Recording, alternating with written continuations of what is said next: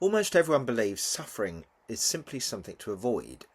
Medicine fights it, psychology treats it, and philosophy tries to explain it. But what is suffering? What if suffering isn't just an unfortunate part of life? What if it tells us something profound about consciousness itself? Today we'll explore how Western thought has understood suffering, and by the end you'll see why this naturally leads us towards the Eastern traditions. Physics, Consciousness and Reality, Dickie Dredd, Nigel Adams. And we're on part 41 in chapter 5, Ethics, Free Will and Human Life. Part 41 in the video series, that is. So, section 38, Human Suffering, a Western Lens. If ethics, justice and responsibility map out how we live together, then suffering shows what it feels like to live at all. It is the thread running through human life that no philosophy, no science and no religion has managed to remove.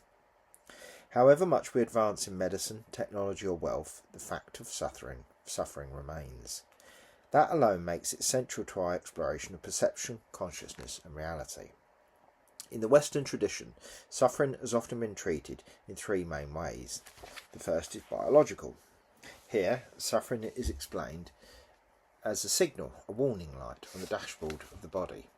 Pain alerts us to harm, fear primes us to escape danger, grief helps us reset bonds after loss. From an evolutionary perspective, suffering is adaptive, unpleasant but useful. This makes sense in survival terms, but it does little to help the individual who's living through it. Explaining why suffering exists does not lessen its sting. The second approach is philosophical. The Stoics argue that suffering is not caused by events themselves, but by our judgments about them. We cannot control what happens, but we can control our response.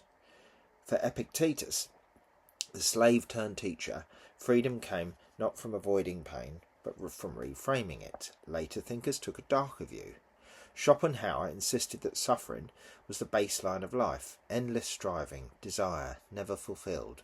For him, joy was the exception, suffering the rule. Nietzsche, while rejecting Schopenhauer's pessimism, still saw suffering as inseparable from growth. To live fully was to embrace pain as part of creation, not to deny it. Third approach is psychological. Modern psychiatry and psychology have mapped suffering onto trauma, maladaptive thought patterns and neurochemical imbalance.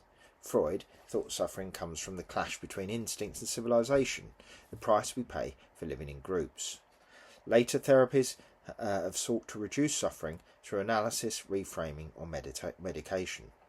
Cognitive behavioural therapy, for example, borrows directly from Stoic insight. Change the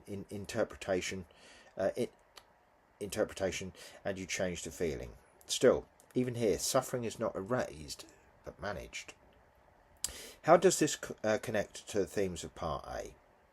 We've seen already that we take to be solid reality is filtered through perception, that the self may be an illusion, and that consciousness resists simple explanation.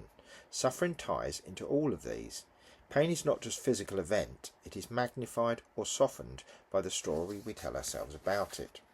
The anguish of loss is not in the bare fact of absence, but in the meanings the self attaches to it. In this way, suffering is as much about illusion as about reality. Western accounts show that suffering is not just a brute force fact, but an interpretive process. Biology shows us the raw signal. Philosophy shows us how an interpretation can multiply or dissolve it. Psychology shows us how fragile the mind's machinery is in handling it. All three point to the same truth. Suffering is bound up with perception and with the sense of self. Culturally, the modern West often frames suffering as failure, something to be hidden, treated or overcome. That itself is part of the problem. By pathologizing pain, we make it harder to see that it is woven into the structure of life.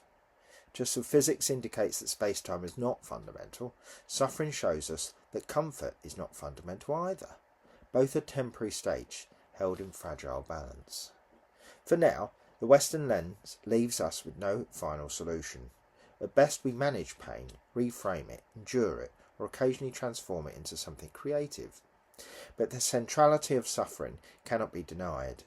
And when we turn to the Eastern traditions later, we will find that they begin not by explaining suffering away, but by placing it at the very centre, the first noble truth. In that sense, East and West may be closer than they first appear. So what's the real implication? Western thought explains suffering in remarkable detail, yet it also reveals something unexpected. The way we experience life depends as much on perception as on circumstances. If suffering is shaped by the stories consciousness tells itself, perhaps happiness is too. In the next video, we'll examine the Western pursuit of happiness, asking whether fulfillment is something we can truly achieve, or whether chasing it is precisely what keeps it out of reach. So we're still on Chapter 5, Ethics, Free Will and Human Life, and we'll do Section 39, The Pursuit of Happiness in the West.